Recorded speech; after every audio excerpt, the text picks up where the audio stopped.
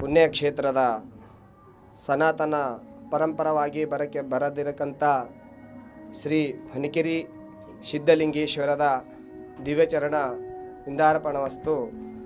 ಈ ಪುಣ್ಯಕ್ಷೇತ್ರದಲ್ಲಿ ಪರಂಪರವಾಗಿ ಸಾಕ್ಷಾತ್ ಈಶ್ವರ ರೂಪ ತಟ್ಟಿರಕ್ಕಂಥ ರೇಣುಕಾಚಾರ್ಯ ರೇವಣಸಿದ್ಧ ಮತ್ತು ಸಿದ್ಧಲಿಂಗೇಶ್ವರ ಉದ್ಭವಲಿಂಗ ಆಗಿರಕ್ಕಂಥ ಇದು ಪರಂಪರವಾಗಿ ಸುಮಾರು ಮಹಾರಾಷ್ಟ್ರ, ಆಂಧ್ರ, ತೆಲಂಗಾಣ ದೂರಿಂದ ಪ್ರತಿಯೊಬ್ಬರು ಇಲ್ಲಿ ಭಕ್ತರು ಪರಂಪರವಾಗಿ ಬರ್ತಾ ಇದ್ದಾರೆ.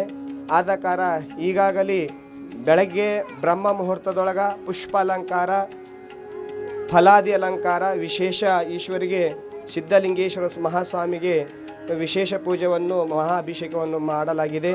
ಆದ ಕಾರಣ ಕೆಲವರು ಭಾಳ ದೂರದಿಂದ ಬಂದು ಕೆಳಗಡೆ ಗಂಗಾ ಸ್ನಾನ ಮಾಡಿ ಬಂದು ಒಂದು ಬಾಟಲ್ದೊಳಗೆ ನೀರು ತಗೊಂಡು ಈಶ್ವರ ಮೇಲೆ ಅರ್ಪಣೆ ಮಾಡಿಸ್ಕೊಂಡು ಪವಿತ್ರರಾಗಿ ಈ ಪುಣ್ಯಕ್ಷೇತ್ರದಲ್ಲಿ ಸಿದ್ಧಲಿಂಗೇಶ್ವರ ವಿಶೇಷ ಮಹಾಶಿವರಾತ್ರಿಯನ್ನು ಇಲ್ಲಿ ಬಂದು 12 ಆಯ್ತು ಅಂದರೆ ಸಾಯಂಕಾಲ ಇಷ್ಟಲಿಂಗ ಪೂಜೆಯನ್ನು ನೆರವೇರಿಸಿಕೊಂಡು ದರ್ಶನ ತೆಗೆದುಕೊಂಡು ಪುನೀತರಾಗುತ್ತಾರೆ. ಇದೇ ರೀತಿ ಈ ಸಿದ್ಧಲಿಂಗೇಶ್ವರ ಎಲ್ಲ ಭಕ್ತಾದಿಗಳಿಂದ ಆರೋಗ್ಯ ಐಶ್ವರ್ಯವನ್ನು ಕಾಪಾಡಿಕೊಂಡು ಹೋಗಬೇಕು ತಮ್ಮಲ್ಲಿ ವಿನಂತಿ. ಪುಷ್ಪಾಲಂಕಾರ ಅಂದರೆ ಈ ಸಿದ್ಧಲಿಂಗೇಶ್ವರ ಅಲಂಕಾರ ದೇವರು ಅಲಂಕಾರನಾಗಿರ್ತಾನೆ.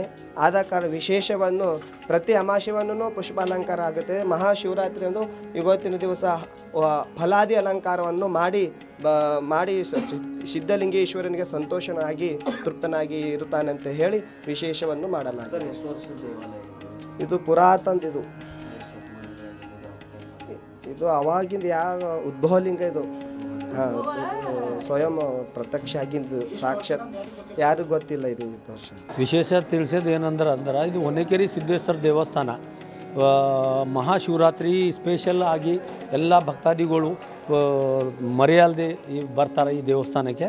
ಮತ್ತು ಏನದಂದ್ರೆ ಇಲ್ಲಿ ಬಂದಿಂದು ಭಕ್ತಾದಿಗಳಿಗೆ ಏನು ಬೇಡ್ಕೊಂಡಿದ್ದು ಆಗ್ತದೆ ಅಂತ ವಿಶ್ವಾಸ ಇಟ್ಟು ಈ ಬೀದರ್ ಬಾರ್ಡರ್ ಉದ್ಗಿರಿ ಹಿಡ್ಕೊಂಡು ಲಾತೂರ್ ತಕ ಈ ತೆಲಂಗಾಣ ಬಾರ್ಡರ್ ನಾರಾಯಣಖೇಡ್ ಜಿಲ್ಲಾ, ಜೈರಾಬಾದ್ ಜಿಲ್ಲಾದವರು ಎಲ್ಲರೂ ಭಕ್ತಾದಿಗಳು ಭಕ್ತಿಲಿಂದ ಈ ಮಹಾಶಿವರಾತ್ರಿಗೆ ಹೊನಕೆರೆ ಸಿದ್ದೇಶ್ವರ ತಪ್ಪಲ್ದೆ ಪ್ರತಿ ವರ್ಷಕ್ಕೆ ಬರಪ್ಲೆ ಮಾಡ್ತಾರೆ.